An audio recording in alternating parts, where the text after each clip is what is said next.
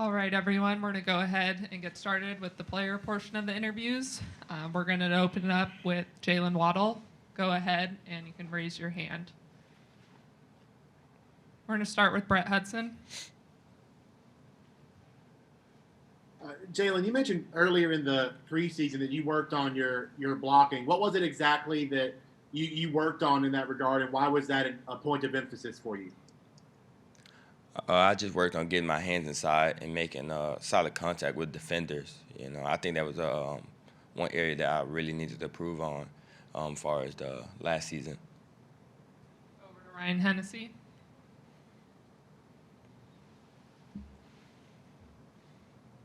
Sorry.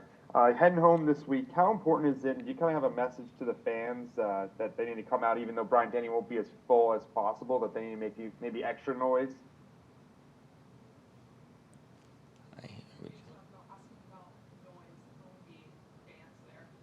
Accent. How would it affect us? Yeah. Go ahead and repeat your question, Ryan. Can you guys hear me? Yeah.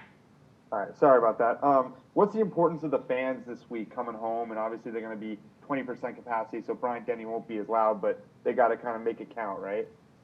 Oh yeah, definitely. We're looking forward to having the same home game feel as usual. It's very Bryant Denny is a very tough place to play, so we still want to have that effect on other teams. We'll go over to Tony Sakalas. Yeah, can you take us through that catch over the middle where you kind of jumped over two people? What's going through your head during that one? Oh, well, I kind of can see the defender through my eye. So I kind of braced up a little bit, so I kind of seen him, and I jumped. So I was like, that's pretty much it. Stephen Smith. Hey, Jaylen, John Mechie had a couple of catches in the game. What is something that he brings that not too many people know about, but it's really good? John Mechie. Well, Mech is he got some sneaky speed to him, so I think if the defender don't latch on to him, he's really getting out of there. And then he also had another in-breaking route that I thought he was gonna get out of, but Mech he created a lot of space, especially coming out of his route. So I really think he's gonna get his chance to showcase his speed in due time. Michael Casagrande, over to you. Jaylen, just wonder, are you hearing any of this Heisman hype? You're getting some early Heisman hype for the work you've done. What's your reaction to that? Do you think that's possible? Nah, I actually haven't heard nothing about that. So I kind of don't look into that type of stuff. John Zener.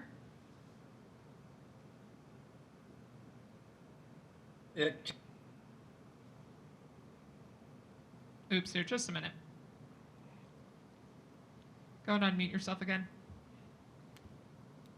All right. Jaylen, was there any extra, knowing that maybe you were going to get some chances, extra chances, more targets this year, was there any, can you hear me? Yes, sir. Yeah. Was there any different level of focus, any different level of excitement for you personally coming to this, knowing you'll probably get targeted more? He said any pressure? Any more excitement or focus, knowing you're probably going to get targeted more?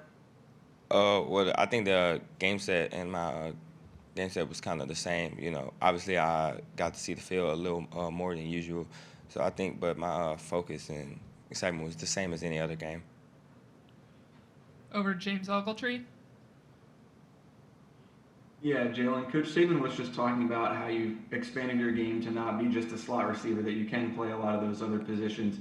With your size, is there anything that you have to keep in mind if you're playing outside? Do you have to play that any differently? No, I know that the space that I get is limited. They can get more hands-on, so just being more aware and using more releases that we practice on day by day. So I think that's more what you have to do when you're an outside receiver. Go ahead, Dennis Dodd.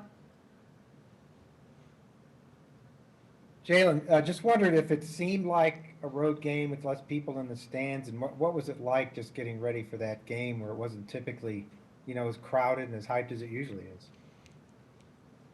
Well, it was really different. It wasn't as packed and as loud as away games normally are, but I think it was great, like spacing wise, how they had it spaced out. They definitely had a good crowd there.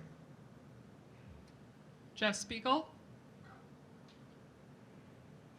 Yeah, Jaylen, can you talk about the catch that you made over the middle that you made through contact, and then the throw that Mac made where he took a big hit and then threw a perfect strike to you? What did those plays do for a team at that moment? Well, I think that they gave us a spark in the offense and created a big play, got us a great field position. And as far as Mac a very tough guy, so I really expect him to stay in there and take a little pounding to deliver a good ball. We have time for two more. Christopher Walsh, go ahead. Two things, please, but before I do, how's your butt? It's all good. It's all good. Okay. First off, how have the new strength coaches helped you in terms of your speed? And second, how much of an advantage is it having another wide receiver in the field like Devonta to really challenge the defenses? As far as the strength coaches, I think Baloo and Ray do a good job as far as the speed focus part. They really focus on what you need to work on and areas of that. And what was the second question? I'm sorry. How much does it help you having another wide receiver like Devonta on the field? Oh, well, Smitty, I know Smitty is going to do his job. He's very reliable, and they have to be accountable for him. So it's always helpful that you have another playmaker, and we have so many more playmakers. So it's just great having them out there. And we'll do last question for Jaylen with Haley Sutton. Hey, Jaylen, Coach Saban talked a lot about being really happy with the first half effort, but then seeing some things that needed to improve in the second. I'm just curious what you saw in the second that maybe needs to be improved on before y'all get back on the field Saturday. Well, I think the energy that we bring, the same energy that we brought in the first half, we got to bring it and finish with the same energy. It don't matter the scoreboard. You can't look at them type of things. So I think that's what really needs to change. All right. Thank you, Jaylen. That's all.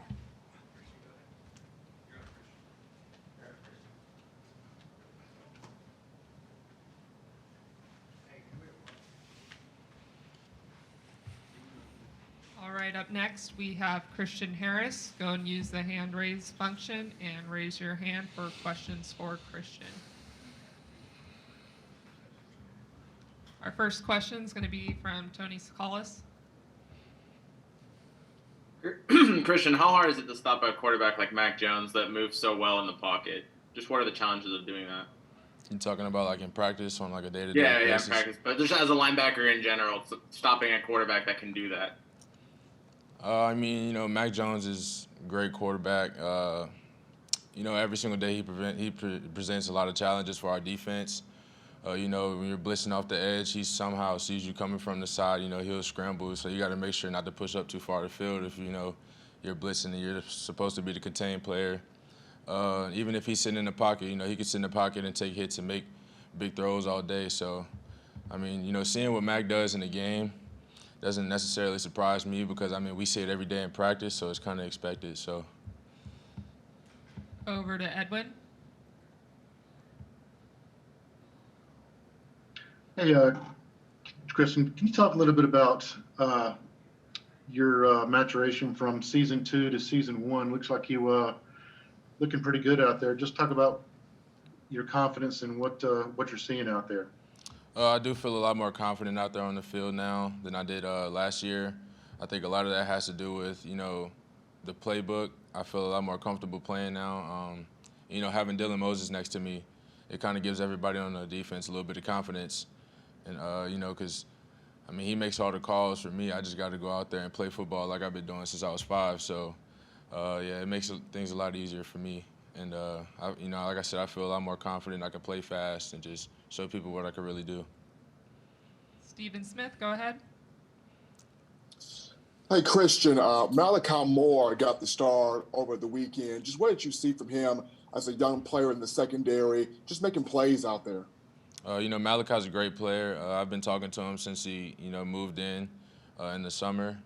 I talk to him every single day. I mean, he was, he might have had a little penalty earlier in the game, but like I said, you got to talk to him on the sidelines. Let him know next play you can't let the negative play affect you. On the next play, just continue to be confident, play with confidence, make sure you're communicating, and we'll all be fine. And, I mean, I think he went out there and did a great job. So. John Zener, go ahead. Yeah, Kristen, I don't know how often you've tried to tackle Jalen Waddle or get to Jalen Waddle on open field in practice, but what kind of challenge do you kind of feel for those guys when you see them in games in open field, trying to bring him down? I mean, I think when Jalen Waddle gets the ball and he's in open space, everybody on the sideline starts to pay attention. I mean, because it's the fastest dude I've ever seen. There's times he leaves me in practice and there's nothing I could do about it. I even take an angle and he just takes off. But, I mean, it's ridiculous, like I said. But we have so many great guys in our offense, and they do this stuff every single day in practice. So whenever it comes to the game, I'm not necessarily surprised. It's more, expected to see those guys do what they do. Over to James Ogletree. Yeah, Christian, you mentioned communication a little bit and how much having Dylan back helps that. I just wanted your overall assessment of how the defense communicated from you guys to the front with the secondary and just getting on the same page. And then you were named a Defensive Player of the Week by the coaches, and just wanted to know how you felt like you played in the season opener. Well, as a team, as a front seven, I feel like we did pretty good with communication. I think, we might have had a couple of misassignments.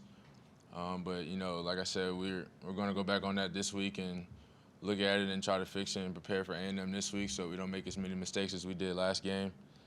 I think in the first half we did pretty good, but, we didn't really finish in the second half, and that's something Coach really wants to, focus on, especially not giving up any points in the fourth quarter. That's something, we really strive on. So there's a little bit of a disappointment in us, but like I said, we're going to bounce back with it next week. And as far as being the player of the week or whatever it is, I mean, that's cool. I don't really pay attention to stuff like that. All I do is try to go out and execute Coach's game plan and do whatever I can to put my team in the best position to be successful. So if awards come with that, then that's so be it. But I just do what I can for the team. Over to Haley Sutton.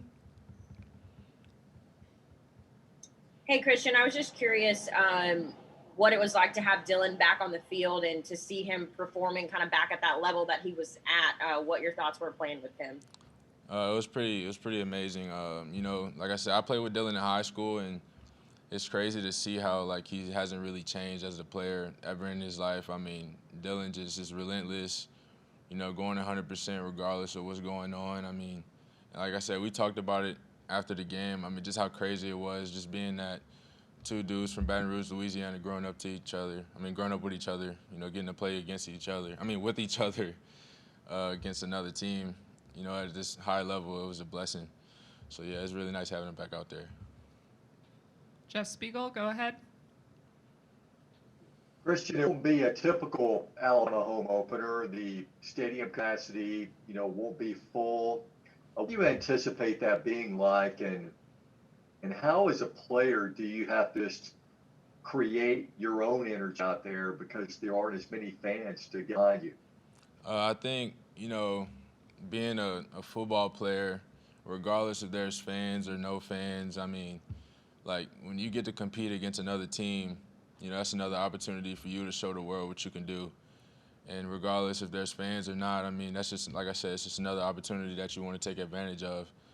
I think, having fans out there is going to help 100%. I love our fans. Having people out there is the greatest experience I've ever had. But I think as a player, not really having that many fans, I think when you're competitive, like I said, it's not really playing a factor in the way that you play. We're going to finish up with the last question. Back to Edwin. Hey, Christian, can you talk a little bit about Will Anderson and his first game? And did you give him any kind of advice about getting that first start as a freshman? Yeah, Will's a great player. I talk to him every day as well. I mean, the only advice I really gave him was just to, you know, football is just, it's the same game you've been playing since you was a little kid. Don't make it seem like it's anything bigger than it really is, you know. And he went out there, did a great job. Of course, you know, there's some stuff we're gonna have to work on. Him, himself, me, myself. You know, as a team, we all have to work on. But we're gonna handle that this week and get ready for this weekend. All right. Thank you, Christian. That's all for today. Thanks, everyone.